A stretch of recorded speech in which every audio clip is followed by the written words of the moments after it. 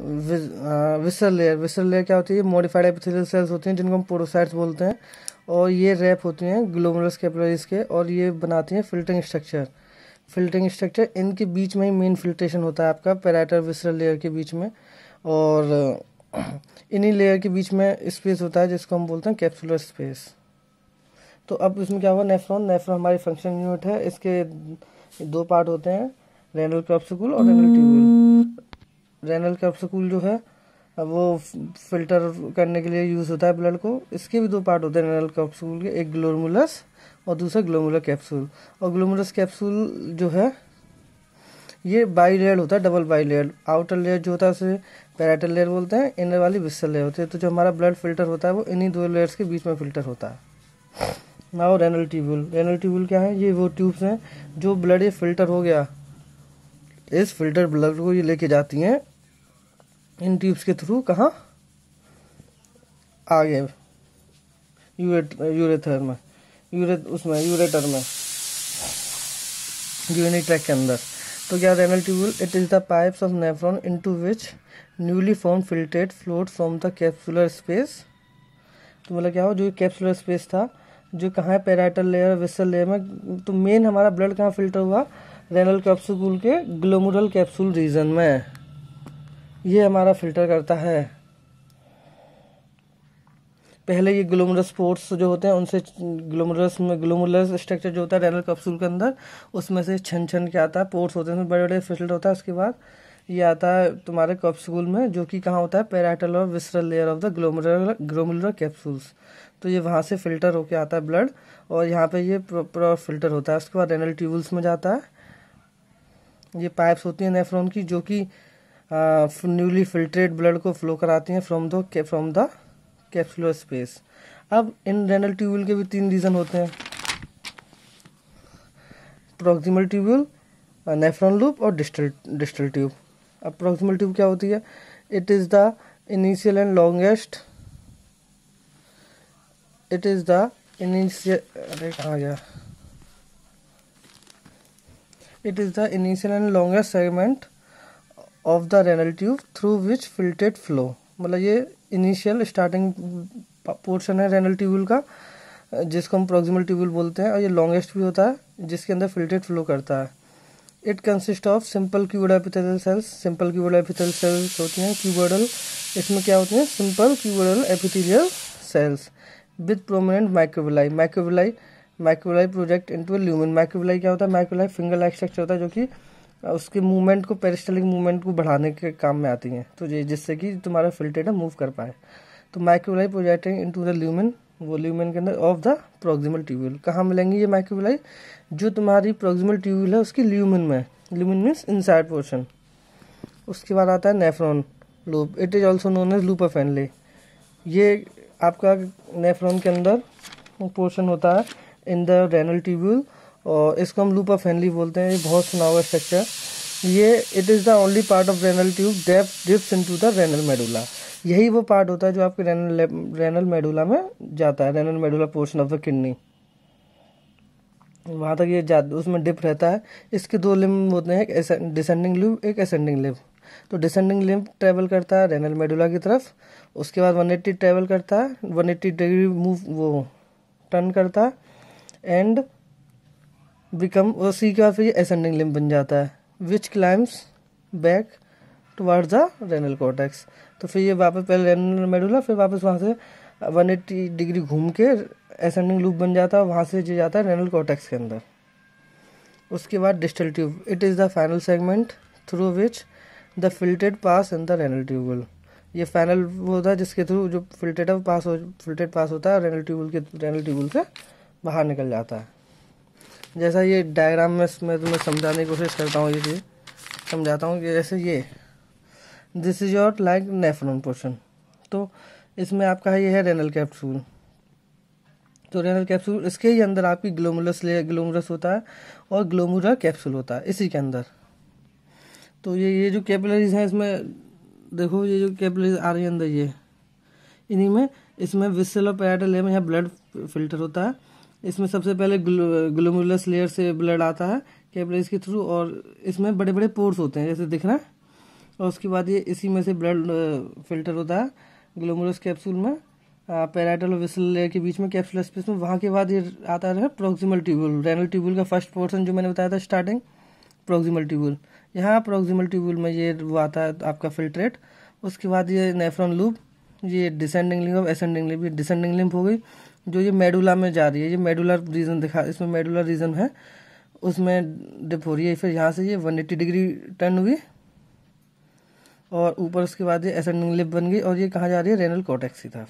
और वहाँ से किधर जाती है, उसमें कलेक्टिंग डक्ट में, और वो कलेक्टिंग डक्ट इसको लेके फिर यूरेटर में पहुँच जाता है। ऐसे ये देखो, और डायग्राम में ब्लड फ्लो इस तरह से होता है आपका किडनी में, है ना। तो ये आपका हो गया। अब कलेक्टिंग सिस्टम, ये क्या होता है कलेक्टिंग सिस्टम। अब जैसे ये फिल्टर हो गया, ब्लड नेफ्रॉन से बाहर आ गया, नेफ्रॉन के अंदर ट्रेवल कर लिया, नेफ्रॉन से बाहर आ गया, तो बाहर आके कलेक्टिंग सिस्टम को देगा। ये जैसा इस फोटो में है, ये जो ट्रेवल हो रहा था ब्लड इतना, ये कहाँ ट्रेवल हो रहा था, नेफ्रॉन्स के अंदर।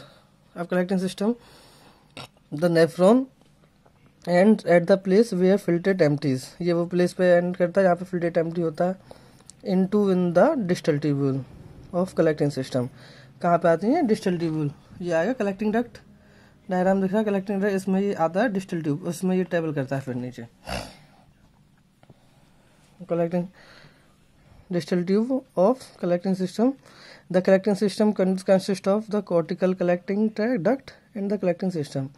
The distal tubule empties filtered into the first part of the collecting system। तो ये सबसे पहले कहाँ था, इसके बाद जब इसमें आता है तो पहले पार्ट ऑफ कलेक्टिंग सिस्टम जिसको हम बोलते हैं collecting duct, cortical collecting duct. ये कहाँ मिलेगी आपको, which is found in the renal cortex. Renal cortex यार सबसे लास्ट पार्ट है किडनी का, रेनल कोर्टेक्स किडनी में मिलती है ये। फिर वहाँ से पास होती है ये मेडुला में, और उसके बाद, और ये जो रेनल कॉर्टेक्स है वो किससे मिलके बनी होती है आपकी, रेनल कॉर्टेक्स में जो आती है cortical simple cuboidal epithelial cells से। जैसे मैं बताया था माइक्रोविलाई लूमेन लाइक स्ट्रक्चर, ये तुम्हारा प्रोक्सिमल ट्यूब हो गया, डिसेंडिंग लूप हो गया, स्क्वेमस एपिथेलियम से बनी होती है, ये डिस्टल ट्यूब है। तो ये सबसे पहले आई कि इसमें आती है, सबसे पहले डिस्टल ट्यूब एम्प्टी करती है फिल्ट्रेट को, कॉर्टिकल कलेक्टिंग डक्ट, इस डक्ट को क्या बोल रहा है, कॉर्टिकल कलेक्टिंग डक्ट। और उसके बाद वो रेनल कॉर्टेक्स से जाती है, और रेनल कॉर्टेक्स ये कहाँ होता है कलेक्टिंग डक्ट, रेनल कॉर्टेक्स के अंदर। और रेनल कॉर्टेक्स किससे मिलके बना होता है, सॉरी कॉर्टिकल कलेक्टिंग डक्ट किससे मिलके बनाता है, सिंपल क्यूबोइडल एपिथेलियल सेल्स। उसके बाद ये कलेक्टिंग डक्ट पास करती है किसमें, रेनल मेडुला में। और रेनल मेडुला जो कि मेडुलरी कलेक्टिंग डक्ट बोला जाता है इसको। और इसमें सारे सेवरल मेडुलरी कलेक्टिंग डक्ट जो होती हैं वो अपना फिल्ट्रेट को डालती हैं लार्ज पेपिलरी डक्ट में। पेपिलरी डक्ट क्या होती हैं, ये डक्ट्स हैं जिनके थ्रू आपका ब्लड जा रहा है, यूरेथ्रा तक पहुंच रहा है, यूरेटर तक पहुंच रहा है, कलेक्टिंग डक्ट होती हैं। अब उसके बाद जब फिल्ट्रेट पेपिलरी डक्ट में आ जाता है, तो जो लास्ट फिल्ट्रेट जो फिल्टर होके आया पेपिलरी डक्ट तक जो चीज़ पहुंची, तो वो होती है आपकी यूरिन। तो यूरिन एग्जिट करता है of the renal primary into the minor calyx. और इनमें अगर क्रिस्टल्स हो जाते हैं ना इन डक्ट्स में, पेपिलरी डक्ट है, मेडुलरी डक्ट है, या फिर आपकी कॉर्टिकल कलेक्टिंग डक्ट है, अगर इन डक्ट में जो क्रिस्टल्स टाइप के फॉर्मेशन हो जाते हैं with in the excess amount of urea submission, तो उसको बोलते हैं, तो वो तुम्हारे क्या करता है, ब्लॉक कर देता है आपकी उन ट्यूब्स को और पेन कॉज करता है, जिसको हम बोलते हैं नॉर्मल लैंग्वेज में स्टोन हो गया, किडनी में पत्थर हो गए, तो ये वो चीज़ होती है। तो फंक्शंस मैंने आपको पहले ही बताए थे, रिमूवल करता है मेटाबॉलिक वेस्ट का, regulation of fluid and electrolyte balance करता है, एसिड बेस बैलेंस करता है, बीपी मेंटेन करता है, और इरेथ्रोपोसिस में काम करता है, और अदर मेटाबॉलिक फंक्शन करता है like glucone synthesis and all. तो अब आपको आई थिंक समझ आएगा कलेक्टिंग सिस्टम क्या होता है। कलेक्टिंग सिस्टम क्या है, जहाँ पे फिल्ट्रेट एम्प्टी हुआ कहाँ से, तुम्हारी रेनल ट्यूब्यूल से, तो वो सबसे पहले आता है कॉर्टिकल कलेक्टिंग डक्ट में। और उसमें वो किससे मिलके बनी होती है, एपिथेलियल सेल से। वहाँ से वो कोर्टिकल कलेक्टिंग डक्ट पास करती है उसको रेनल मेडुला में, और उसको फिर बोलते हैं रेनल मेडुलरी डक्ट। और फिर वहाँ से क्या होता है, रेनल मेडुला से वो जाता है पेपिलरी डक्ट में, और पेपिलरी डक्ट किससे बनी होती है, कॉलमनार एपिथेलियल सेल। और जो फिल्ट्रेट जो यहाँ पहुँचा, जो यहाँ तक आया नेफ्रॉन से फिल्टर होके और इन ट्यूब्स में फ्लो होके, तो वो जो आता है उसको बोलते हैं यूरिन। तो ये होती है आपकी उसकी फंक्शनिंग ऑफ द नेफ्रॉन। सबसे पहले नेफ्रॉन में सबसे पहले आता है रेनल कॉर्पस्कुलर के अंदर आता है ब्लड, रेनल कॉर्पस्कुलर में ग्लोमुलस, वो कैपिलरीज में से थ्रू लार्ज पोर्ट्स होते हैं, वहाँ से फिल्टर होता है। उसके बाद ग्लोमुलर कैप्सूल होता है, ग्लोमुलर कैप्सूल, ये जिसको हम बोमेन कैप्सूल भी बोलते हैं।